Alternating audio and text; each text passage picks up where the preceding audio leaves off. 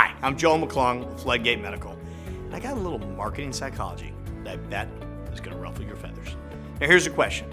How is a peacock synonymous with a Super Bowl ad? Now you've seen the tail of a peacock with its massive, showy plume of vibrant, iridescent feathers that rise up and godsmack its viewers. Yes, I use that word. But surprisingly, Charles Darwin hated the peacock. Why? Well, the peacock undermined his logic. Why would an animal ever possess and perform such a short-lived spectacle? Didn't make sense. It went against every theory he had. In the same way, we've railed against the concept of multi-million-dollar 30-second ads.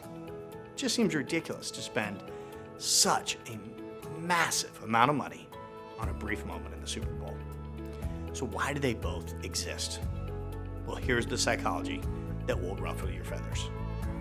The spectacle of both the peacock and the Super Bowl ad triggers an important feature in our minds, which marketers and birds obviously maximize their opportunity.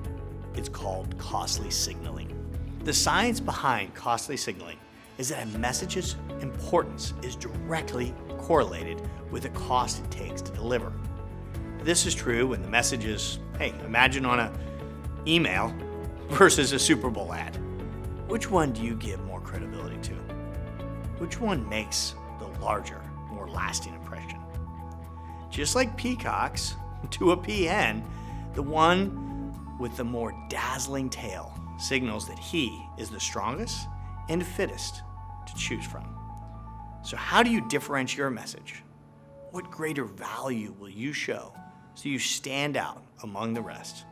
Make a winning impact in your delivery.